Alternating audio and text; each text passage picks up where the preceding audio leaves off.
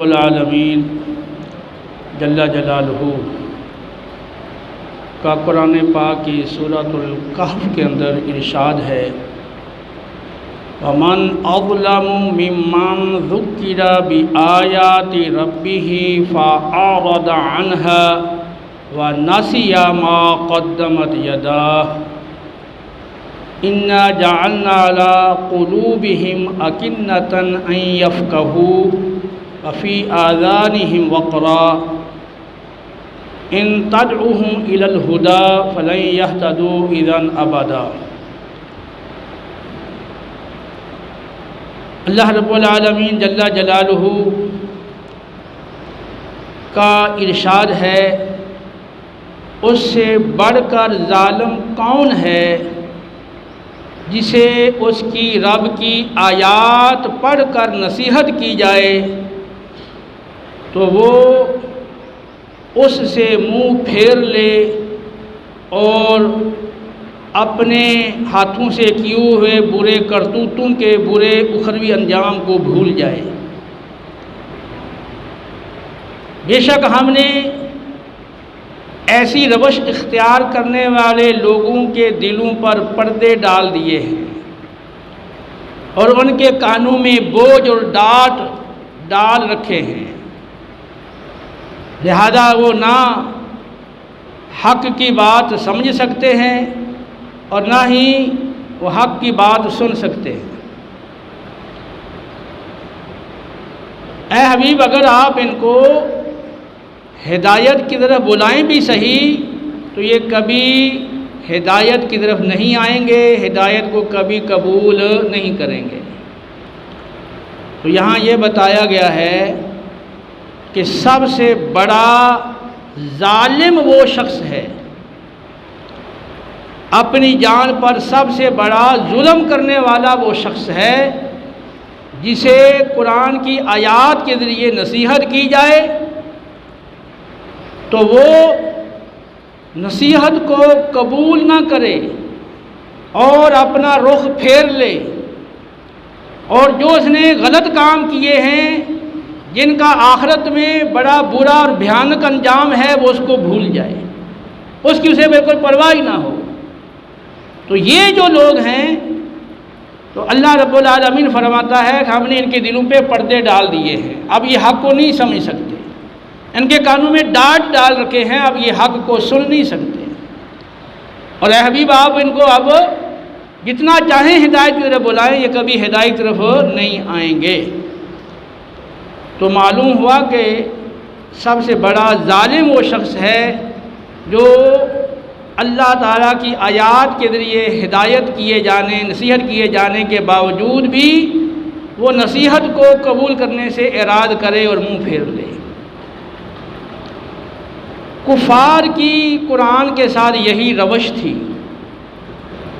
رسول اللہ صلی اللہ علیہ وسلم کو تو اللہ کی طرف سے حکم تھا وَجَاهِدْهُمْ بِهِ جِهَادًا كَبِيرًا، اے نبی مکرم آپ قرآن کے ذریعے سے ان کفار کے ساتھ بڑا جہاد کریں۔ اور واقعتاً نبی کریم علیہ السلام کا جو مکی دور تھا اس وقت کفار کو قرآن سنانا، اللہ کا پیغام پہنچانا، قرآن کے ذریعے نصیحت کرنا یہ کوئی آسان کام نہیں تھا، یہ بہت مشکل کام تھا۔ اس کو جہاد سے تعبیر کیا گیا۔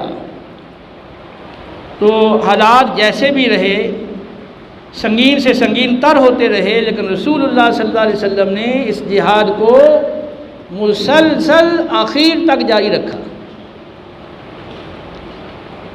نبی کریم صلی اللہ تعالیٰ علیہ وسلم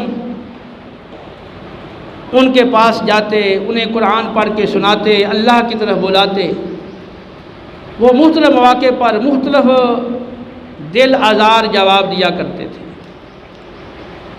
سورہ حامیم السجدہ کے اندر ان کی ایک جواب کا ذکر ہے وَقَالُوا قُلُوبُنَا فِي أَكِنَّةٍ مِّمَّا تَدْعُونَ إِلَيْهِ وَفِي آذَانِنَا وَقْرٌ وَمِن بَيْنِنَا وَبَيْنِكَ حِجَابٌ فَاعْمَلْ إِنَّنَا عَامِلُونَ۔ کفار کہنے لگے کہ اے محمد، آپ جس بات کی ہمیں دعوت دیتے ہیں اور جس ہدایت کی طرف ہمیں بلاتے ہیں، ہمارے دل تو اس سے پردوں میں اور غلافوں میں لپٹے ہوئے ہیں، اور ہمارے کانوں میں ڈانٹ ہیں، ہمارے کان بہرے ہیں۔ ہمارے اور تمہارے درمیان ایک بہت بڑا پردہ اور بہت بڑی رکاوٹ وہ حائل ہے، لہذا آپ کی دعوت کا اثر نہ تو ہمارے دلوں تک پہنچ سکتا ہے، نہ کانوں تک جا سکتا ہے، اور بیچ میں ایک بہت بڑا پردہ رکاوٹ ہونے کی وجہ سے ہماری آنکھوں اور ہماری رویت تک بھی اس کی رسائی نہیں ہو سکتی۔ فَعْمَلْ، جاؤ اپنا کام کرو، اِنَّنَا عَامِلُونَ، بے شک ہم اپنا کام کر رہے ہیں۔ یہ کفار کا انداز تھا۔ جب ان کے سامنے قرآن پڑھا جاتا، قرآن کے ذریعے سے نصیحت کی جاتی، تو اس طرح کا وہ آگے سے انداز اختیار کرتے تھے۔ سورہ المدثر کے اندر قرآن سے نفرت کے اظہار کو اللہ تعالیٰ نے ایک تشبیہ کے انداز میں ذکر فرمایا ہے۔ فَمَا لَهُمْ عَنِ التَّذْكِرَةِ مُعْرِضِينَ كَأَنَّهُمْ حُمُرٌ مُسْتَنْفِرَةٌ فَرَّتْ مِنْ قَسْوَرَةٍ۔ ان کفار کو کیا ہو گیا ہے کہ یہ نصیحت سے، قرآن سے اعراض کر رہے ہیں، منہ پھیر رہے ہیں، گویا کہ یہ جنگلی بدکے ہوئے گدھے ہیں جو اپنی جان کے خوف سے، شیر سے ڈرتے ہوئے بھاگ رہے ہیں۔ اب جنگلی گدھے کے پیچھے اگر شیر لگا ہوا ہو تو وہ دوڑنے میں، اپنی جان کو بچانے میں اور فرار اختیار کرنے میں پوری طاقت اور قوت صرف کرے گا۔ تو گویا کہ کفار بھی قرآن پاک سے بھاگنے اور کترانے اور قرآن سے فرار اختیار کرنے اور اس کی نصیحتوں سے دور رہنے کے لیے پورا زور لگاتے ہیں ایڑی چوٹی کا۔